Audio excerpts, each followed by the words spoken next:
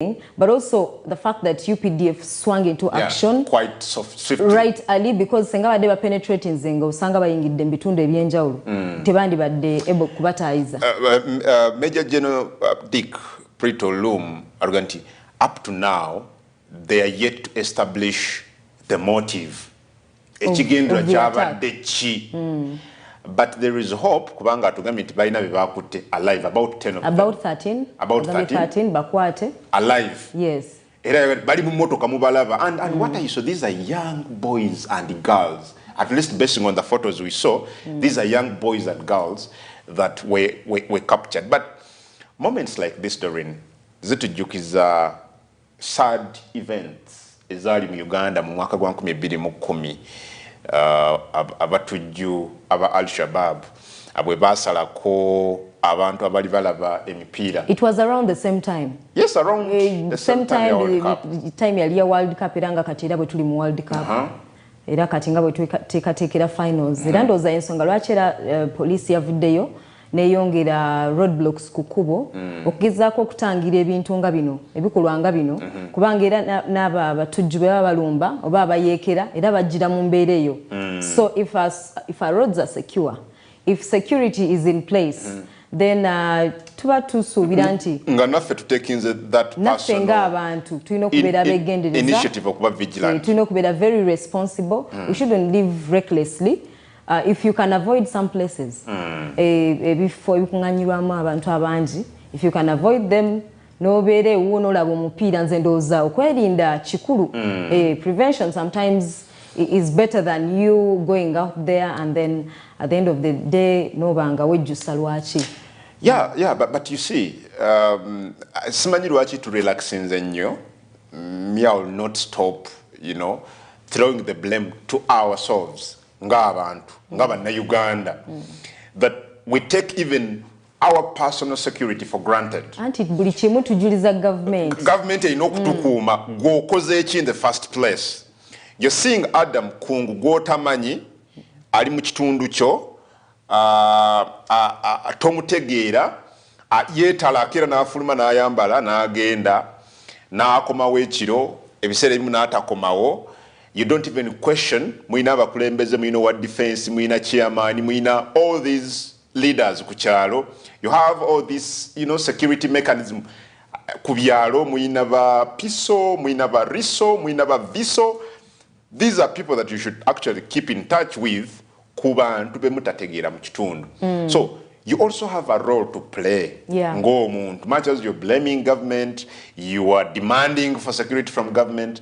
But have you played your role as a citizen? It is a personal responsibility. It begins with you.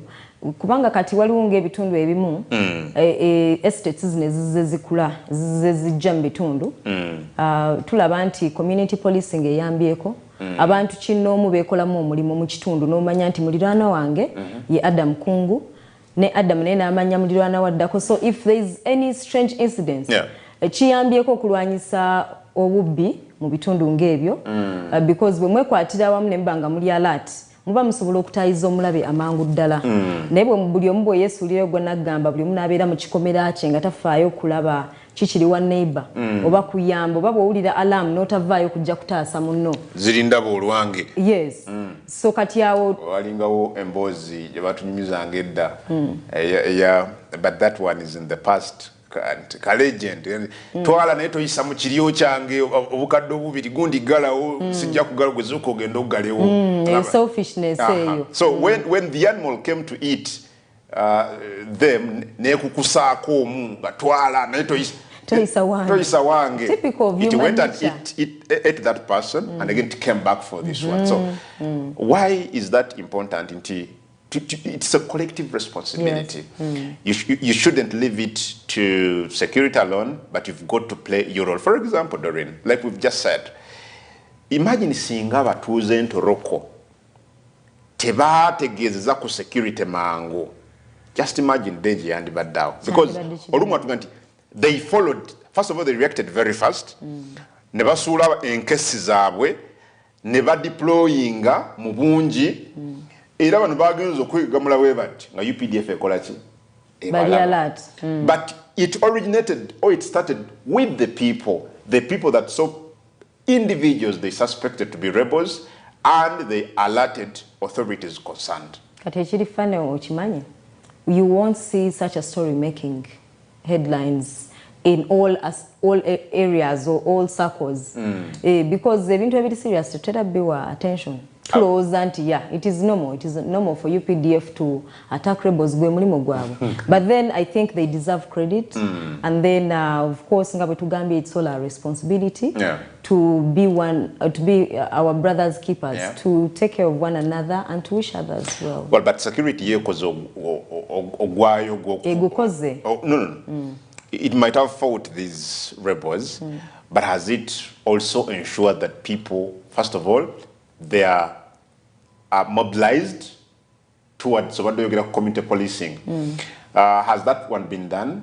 Ekyokubiri, abantu bababulidde nti embeera gye tulimu si ya bulijjo because bw'oba mu mbeera nga Al-Shabaab abatujju betwalumbe Somalia ne tutuusaako netukola buli kika kya kavuyo ne tutakomaawo ne tugenda Eastern DRC gye tuli mu kujojobeza aba ADF.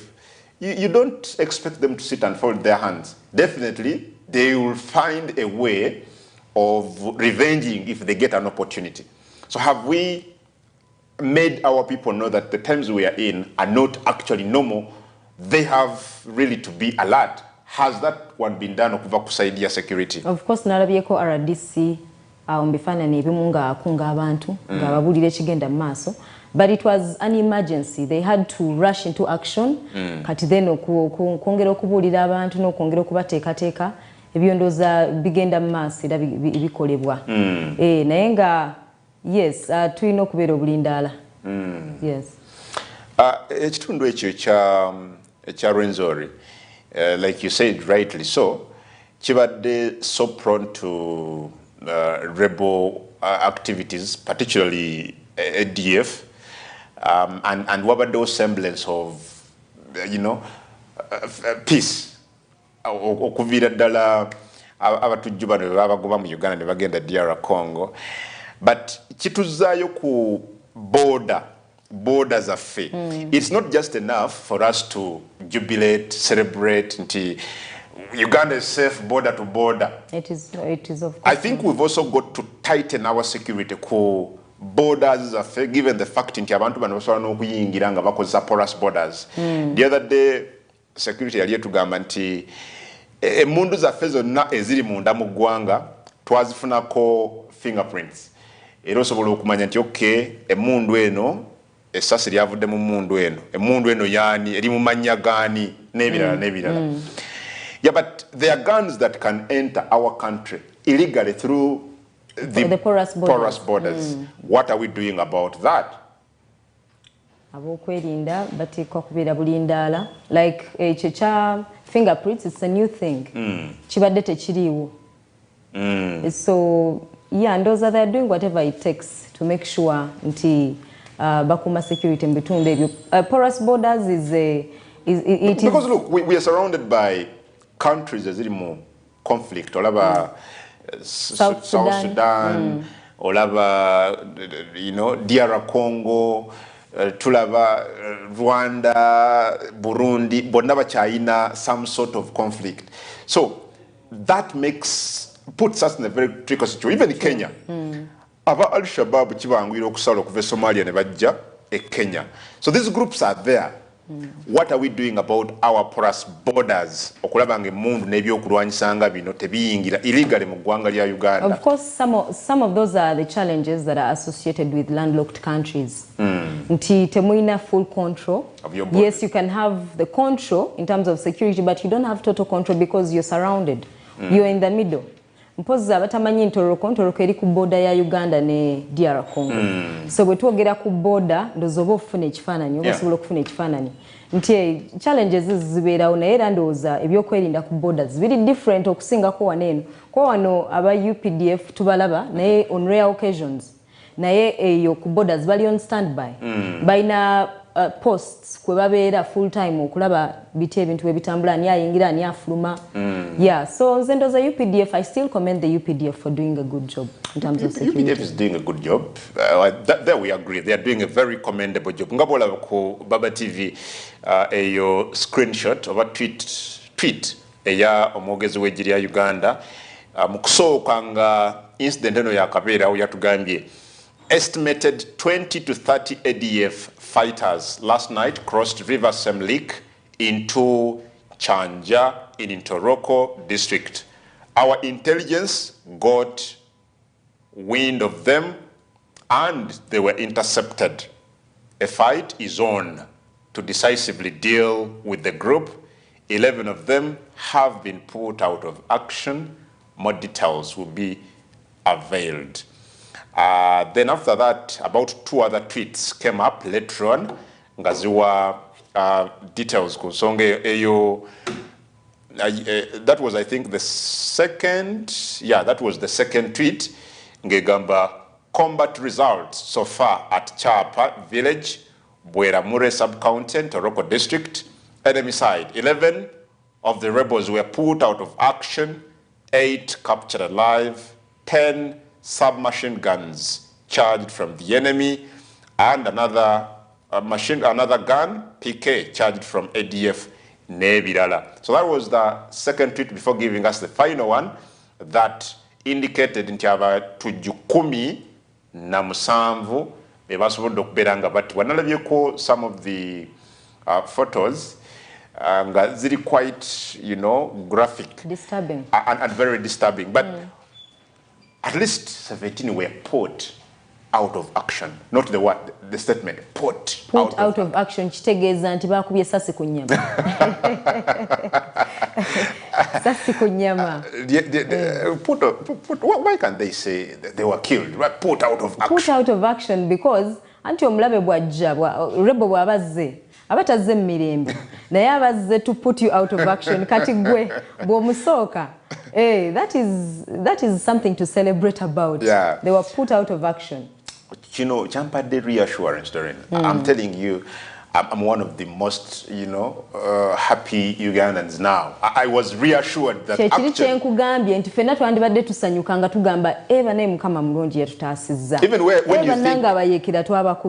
even where you think that security is sleeping, they are alert. They are working. They are working. Let me tell you, I respect the men in uniform. I respect them because they put their lives on the line for us, for me and you, in civilian.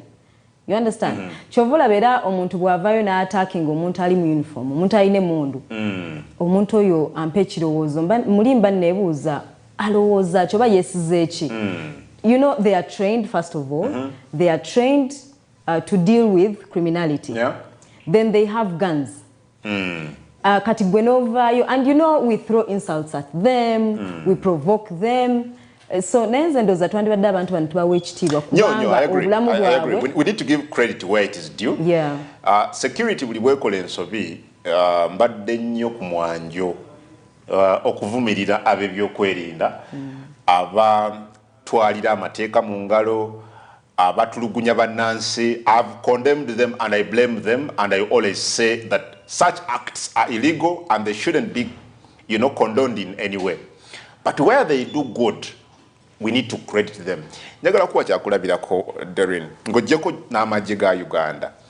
Zijjukira, I don't remember the year, but a couple of years back, aba traffic police baagenda ne beekyanga wano mu Kampala, bw'oba ojjukira bulungi. Yes, I do remember that incident. Ndowooza baafuna mu butakkanya na authorities mu KCCA. So police ne withdrawing traffic.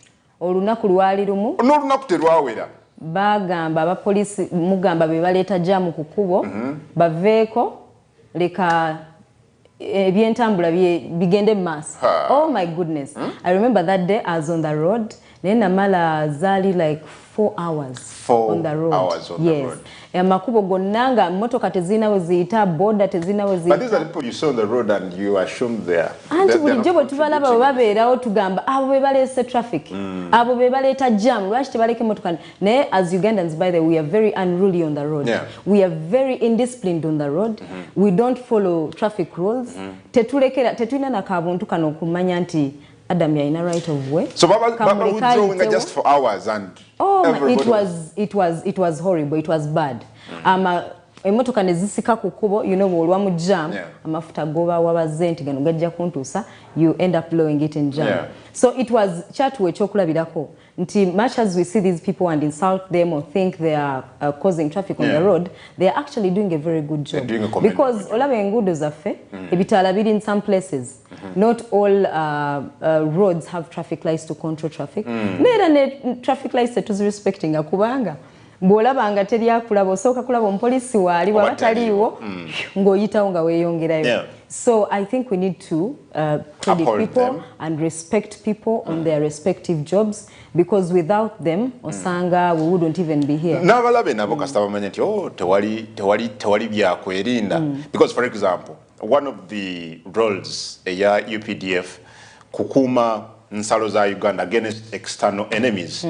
So this is what they exactly did, that these were enemies coming from out of the country, so they defended our borders extremely well. And n'omulabe naye kasita amanya nti temulina basirikale, temulina byakwerinda binywevu, you exposed mubawo opportunity okujja bakola ku natera UPDF ye upholding the security in the region. Tulaba nti obulumbaganyo obubeera mawanga agatuliraanye okugezanga South Sudan, UPDF yavaayo neyamba mu lutalo olwo, neyamba Somalia, we were credited for keeping peace in Somalia, and DR Congo nayo tubaddeyo, bannaffe Rwanda. So UPDF jeri amaanyi, not only here in Uganda but in the region, on the continent. Yes, and on the continent. Nga tumaliriza ku nsonga ya Doreen, one person wrote and said, man is an animal. He is only tamed by law. So we have the law, but these laws must be enforced. Yeah. So the enforcers are our security personnel. Have you imagined of a situation, Doreen, when we don't have police, when we don't have the army? What would be happening? I don't want to imagine it, because tetwefuga fenga abantu tetwefuga. Katonyo nnyo ugambye mbu man is a what? Man is an animal. Man is an animal. Only tamed by and kuno okwekumako kwolaba natural oli nsolo. Kati amateeka ge gakuleeta okufuuka omuntu.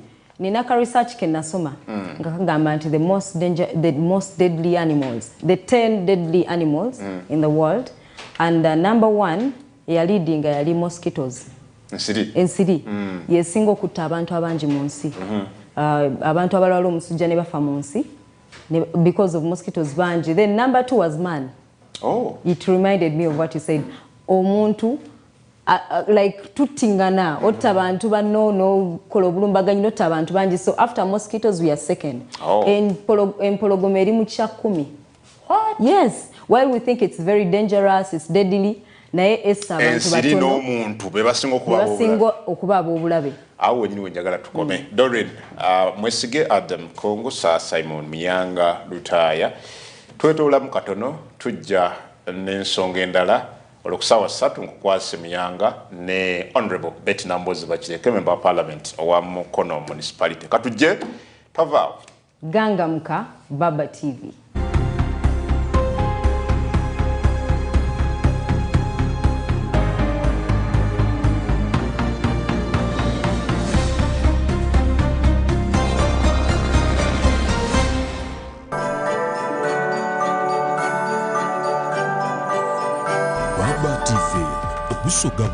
Nile Plastics eikolera eryaganibwa mu Idinda, Njeru Town, tulina ebyuma eby'omulembe